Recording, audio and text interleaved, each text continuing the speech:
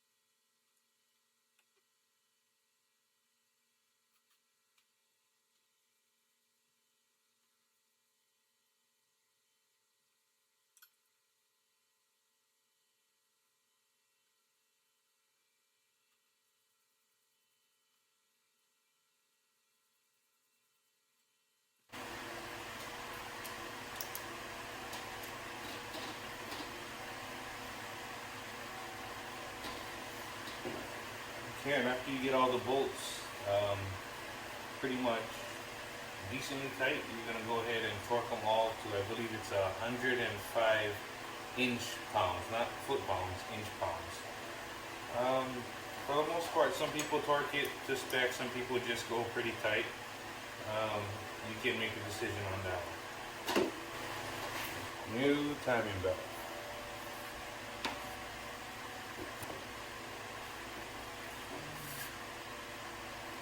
So basically you want to start it off by going around the crank first, the crank pulley right here.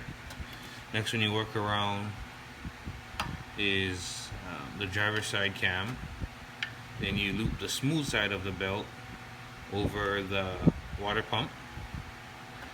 And then you work it back over this cam right here. And then the smooth side to the tensioner down here. Then as you go along, it helps if you have things to hold the belt in place to keep it from skipping. On the bottom for the crankshaft, it helps just a regular 3/8 extension. I think this is a 2-inch. It holds the belt up basically against the teeth of the crankshaft so it doesn't slip. So you use it like a wedge to hold it up in there. And then you come along to this one. Usually a stubby screwdriver works good in there. And then the last one, again, a stubby screwdriver if you need to hold that part also. And then once this is in, we'll come back. Okay, so now that we got the belt worked around the crank, the two cams, crank, the two cams, water pump, and around the tensioner, if you go ahead and take a look at these timing marks, this is the one on the cam, and then this is the one on the engine side. You gotta go closer. Can you see it? See those two lines right there? That should be lined up, and then at the bottom here, you have a little pointer. It's hard to see. It says top dead center right there, and there's two arrows, one on this pulley and one on the engine side. That should line up. And then sometimes when you come over to the passenger side cam marking and this one, sometimes it'll be off just a hair. Well, I think the camera angle is making it look a lot worse than it actually is. Just about, maybe it looks like half a toot. So if you were to adjust it one way or the other, it would either be on this. If I adjust it one tooth over, it'll be on this side. But if you're facing the car, the best way to think about it is, if you can't get it dead center, go on this side. If you're facing the car, go on the right or towards the driver's side. Because over time, this is the direction that the belt stretches. If it as it gets older, it starts to stretch. So if it stretches out as the engine rotates this way, eventually, and that theory is, when it stretches out, this mark will eventually go with the stretch of the belt and line up with this to keep you in better timing. Then starting off here or a little bit this way, and then when it stretches, you come more this way. So if you can't get it perfectly lined up, the two belts weren't exactly the same. I mean, there's how many teeth on them. Could be millimeters of difference that make a huge difference in all this. Always go on this side. And also, if you notice the shims all over here, once you get the belt routed around each pulley, stick a shim, a piece of cardboard, anything to keep it in there, to keep the tension so nothing slips out. You can't jump a tooth. Go around here. I put a shim. Here's a regular carpentry shim. And then on this last part, I just used cardboard because I couldn't find another shim. Anything you need to wedge it in there, just don't scratch the belt. And then the next thing we're going to be doing is putting this tensioner here. Right here. Again, you can't see this, so I'm just going to show you where it goes and take a picture of it right after I get it installed. It goes in here, right there, and that's what puts the tension on the pulley. See the pulley? Right there. That's what puts the tension on the pulley. This is, I guess, basically the tensioner. Okay, and let me show you the pin. That pin holds in that piston, which is hydraulically pressurized. Do not pull that out before you install it. Otherwise, you'll never get it back. I mean, you can get it back in, but it takes like a hydraulic press to get it back in. So don't pull the pin. Just like a grenade. Don't pull it. So again, it goes in here. Two 13mm bolts that we use to take it out. Go in, hold it there, and then once you get this installed, before you pull the pin, you want to use a breaker bar or something to slowly turn the engine over two full rotations, and then double check your marks again. That mark there, and the one down there on the top dead center mark on the crank, to make sure that they all line up just how it looks right now. So go ahead and do that, and I'm going to rotate it and see what we come up with.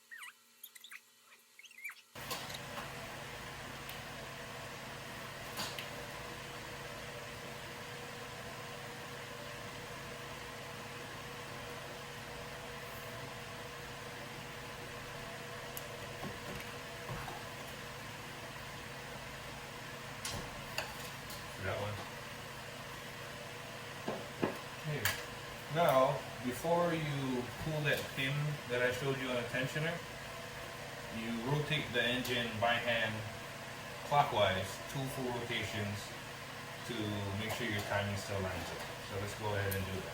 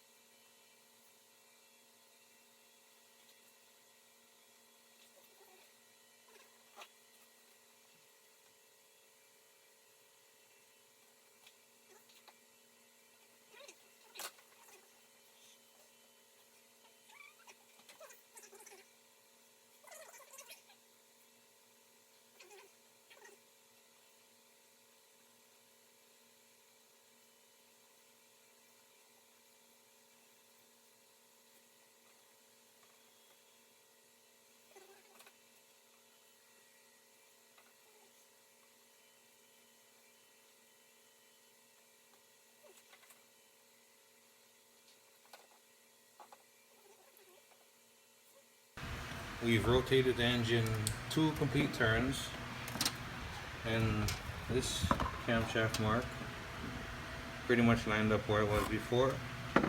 And this one, remember, was to the right a little bit. It's just the same amount to the right because I rotated it a little bit too far, so the other one on that side is actually to the right a little bit also, but the amount of space in between is equal to what it was in the first place. And down there, the top dead center lines up good too. The point to the point. If you're in that angle. Yep, right there. Okay, so now we go ahead and release this pin. This one right here. Sometimes you can pull it up by hand, sometimes you can't. Let's see if I can. Okay, got it. And you saw that put tension right here. So that's when the belt gets slack over time. It's gonna push up like this and keep the tension on the idler arm. I mean the idler pulley.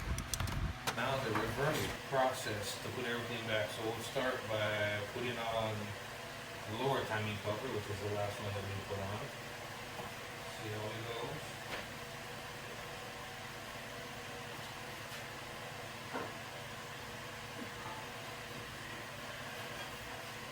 Actually, in this situation, you can put the upper timing cover first or the lower timing cover. It doesn't really matter because this one actually overlaps the, this one overlaps the top one like this. So if you put this one first, it can go either way. You can put this one on and wiggle this one on in. The only reason we took this one off second in the first process, removing everything, is because the harmonic balancer is just easier to get to with everything out of the way, as much as material as possible, much items. So I guess, I'm still gonna go ahead and put it the reverse way. Put this one back on first.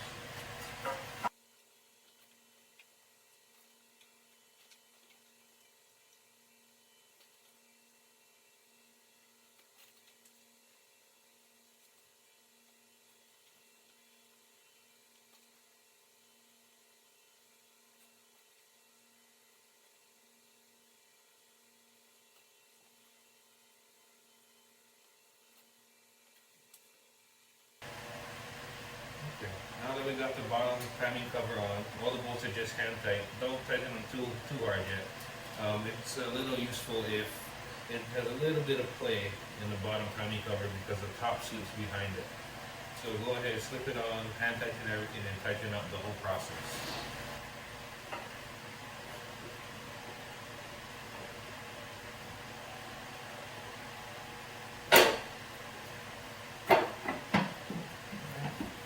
Like that.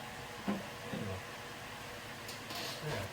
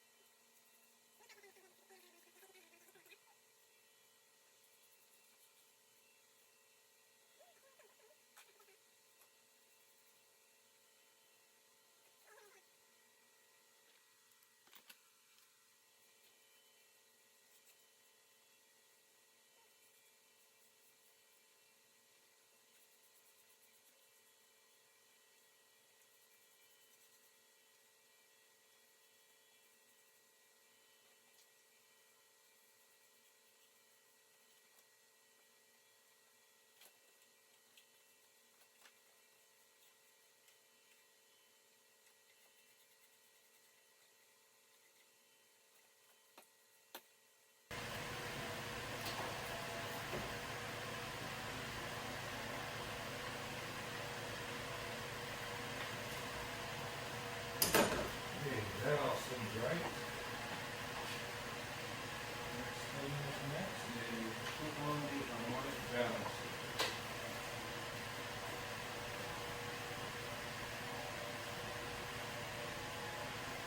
Okay, which is this thing, only pulled off with the 3-jaw pulley. Now we'll use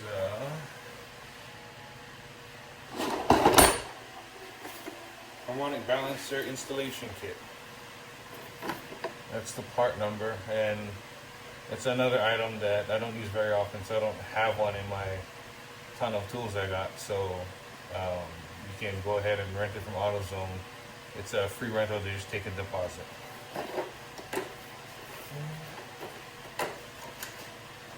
Basically, this is how the kit works. There's an adapter for every different type of car. I just have to figure out which one is the size I need for this particular engine. And then you put this piece threads into the bolt hole where the harmonic balancer bolt goes.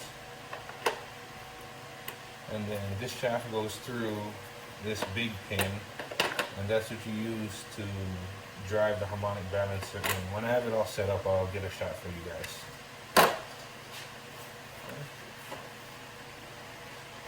Well, basically the kit didn't have any adapters that could work, so I gotta make my own. This is just a long bolt I had that happened to fit the thread in the harmonic balancer hole.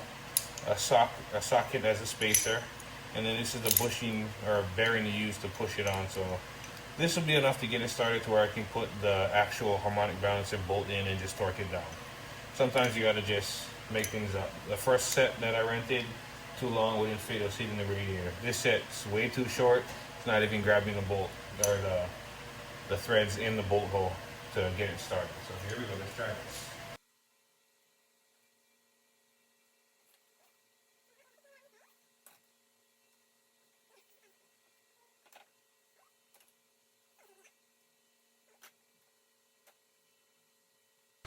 Right now the bearing's doing this job, the spacer in the socket. If you look closely, you pay attention right here to this space, right in here. You see it's slowly getting smaller. Right now I'm able to do it just by hand without the harmonic balancer spinning, if you look closely. You may have to hold it like you did to get the bolt off with the crowbar or pry bar or whatever you got if you don't have the special tool. But we'll see how far we can get this way.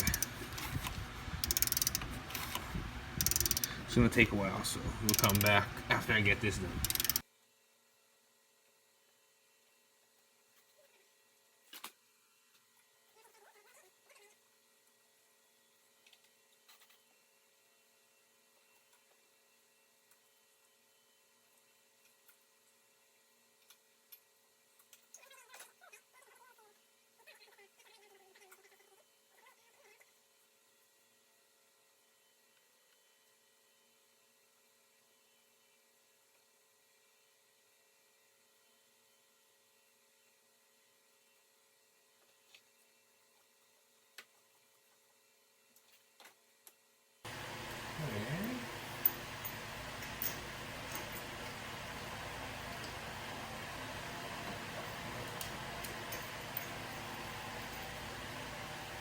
Now that I got it pushed in far enough with that little makeshift homemade installer that I rigged up, put the stock bolt back in and go ahead and torque it down. And it is 70 foot-pounds, so make sure you got yourself a torque wrench because this torque is important.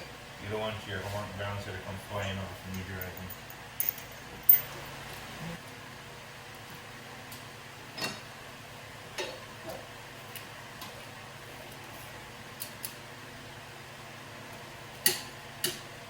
Hear that? 70 pounds. You cowboy after clicks, not too much, you don't want to be breaking things. Good. Okay, now we're going to go ahead and put back the tensioner and the tensioner and idler pulley. Tensioner is the 15 millimeter right through this way. Yeah, sorry. Right through this way, reverse of how you took it off. So let's see, looks like it goes like this.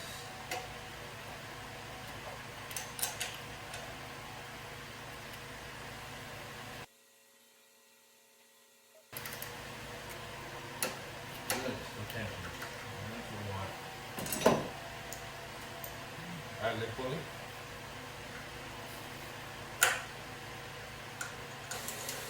Now I'm just clearing up because the next fun part is getting that belt back on. Don't want to knock anything over. Go back and put that there. Oh, don't forget the dust cap on the idler pulley. There we go. So we're going to go around the crank, around the AC first. And then the power steering, and I'm going to try to get it probably around the tension after that.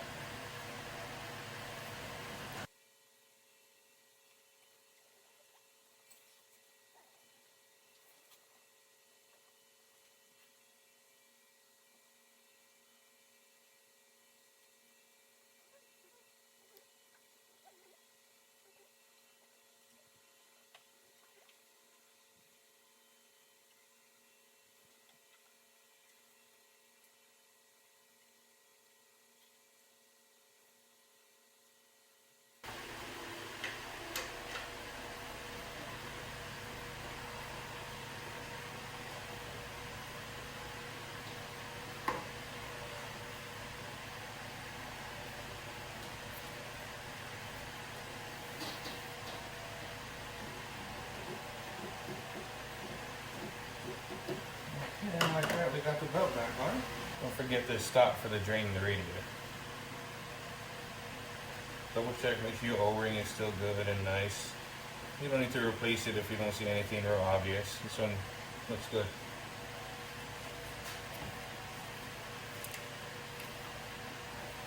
Okay, folks.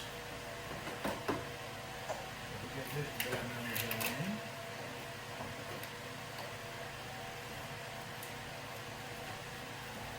The trim.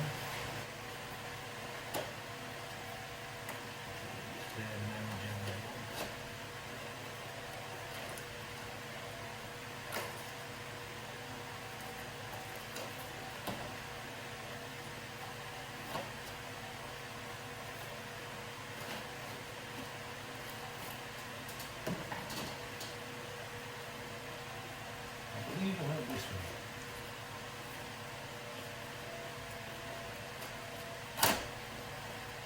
Sounds like it.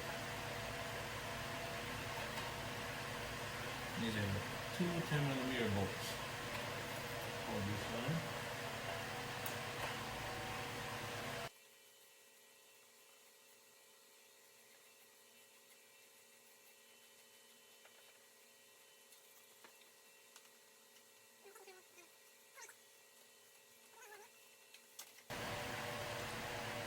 Radiator hose.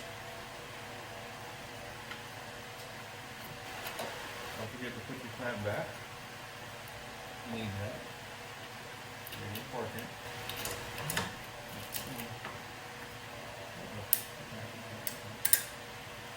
There we go. Don't forget to plug your fan back in. That's pretty self-explanatory. Push to very quick. Okay. Last but not least is the air box. Same way you took it off.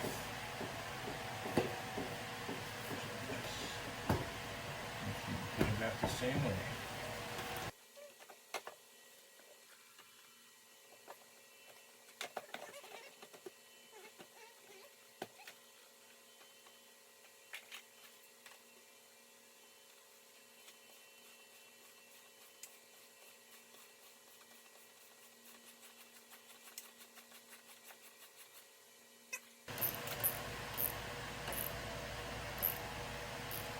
Don't forget to plug your sensor back in right here.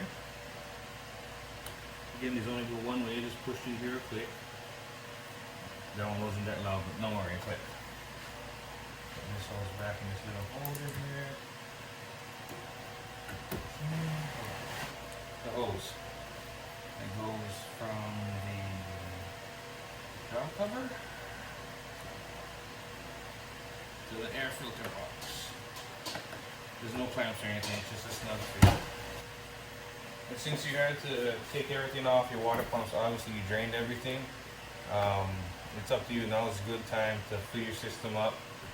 Let it run, get a little warm, flush it out. Do it a couple times so your water's pretty clear.